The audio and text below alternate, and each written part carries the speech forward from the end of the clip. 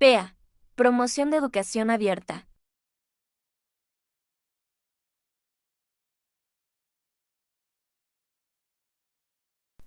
Bienvenido a la tercera parte de la unidad 1 de tu libro Hacia un desarrollo sustentable. ¿Qué aprenderemos en este video? Bueno, definiremos qué son los ciclos biogeoquímicos, conoceremos los ciclos por los que pasan los elementos más importantes y que permiten el desarrollo de la vida en nuestro planeta.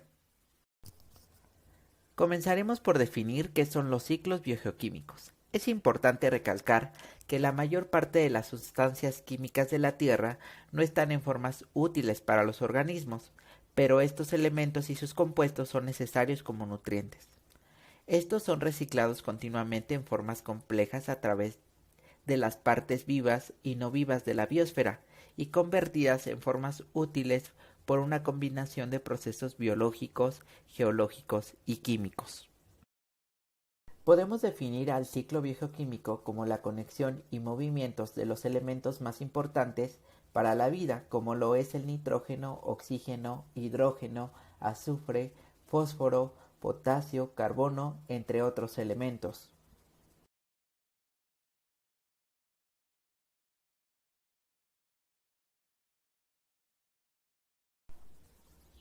El ciclo hidrológico o el ciclo del agua es el proceso de circulación del agua entre los distintos compartimientos que forman la hidrosfera. Se trata de un ciclo biogeoquímico en el que hay una intervención mínima de reacciones químicas, porque el agua solo se traslada de un lugar a otro o cambia de estado físico. Para entender más el ciclo del agua definiremos algunos conceptos. La evaporación es el proceso físico por el cual un líquido se transforma a su estado gaseoso. La condensación es el proceso mediante el cual un vapor se transforma a su estado líquido o sólido por acción de la disminución de temperatura o el aumento de la presión. La capilaridad es un fenómeno por el cual la superficie de un líquido en contacto con un sólido se eleva o deprime según aquel moje o no a éste. La solidificación es el cambio de estado líquido a sólido por una disminución de la temperatura. La sublimación es el cambio de estado sólido a gaseoso sin pasar por el estado líquido. La licuefacción es el cambio de estado gaseoso a líquido por acción de la temperatura y el aumento de la presión. La transpiración es la pérdida de un líquido a través de un sólido poroso. La contaminación es cualquier acción física, química o biológica que modifica las condiciones naturales y la dinámica de la atmósfera. Los gases de efecto invernadero son compuestos de la atmósfera que contribuyen al efecto invernadero. Entre ellos está el vapor de agua, dióxido de carbono, metano, óxido nitroso, ozono. ¿Cómo se mueve el nitrógeno en la naturaleza? El nitrógeno representa un 78%, mientras que el oxígeno un 21%, y solo otros gases 1%.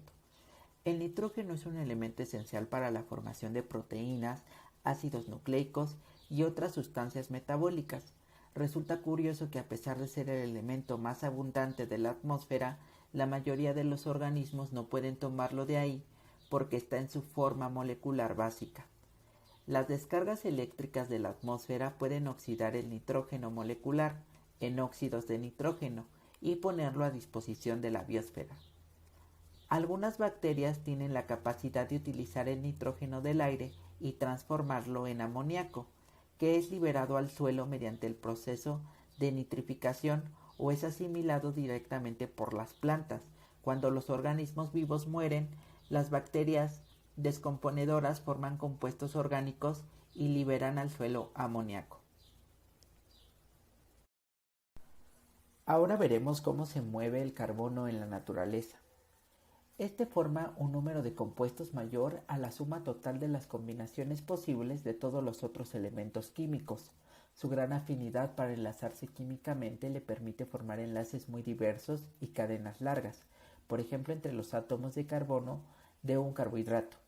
Y cuando se combina con oxígeno molecular resulta dióxido de carbono, el cual es vital para el crecimiento de las plantas. Con el hidrógeno forma compuestos denominados hidrocarburos. Por ello la importancia de este ciclo biogeoquímico.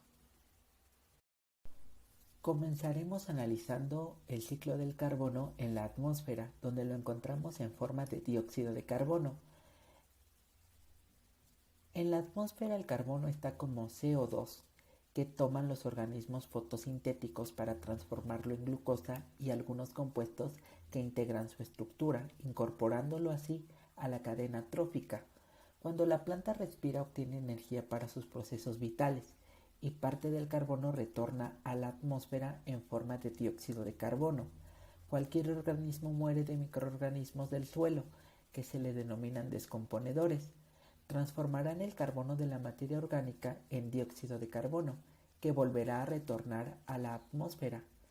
Un grupo de bacterias llamadas metanógenas, cuando no hay oxígeno, fijan el dióxido de carbono formando metano. Esta molécula puede oxidarse otra vez a dióxido de carbono, complementando el ciclo. Ahora veremos el ciclo del oxígeno. Es el elemento más abundante en la corteza terrestre y en los océanos. Es el segundo en la atmósfera, además de encontrarse una porción en los seres vivos.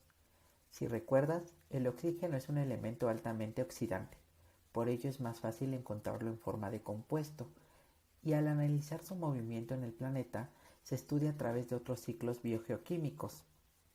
Las tres principales fuentes abióticas de átomos de oxígeno para los seres vivos son el oxígeno, el dióxido de carbono y el agua. Estos tres tipos de moléculas están continuamente interactuando átomos entre sí, durante los procesos metabólicos de la biosfera. En la atmósfera el oxígeno puede ser encontrado bien sea en forma molecular O2 o en su composición con otros elementos, entre ellos el dióxido de carbono, CO2, dióxido de nitrógeno, NO2, o en agua, H2O.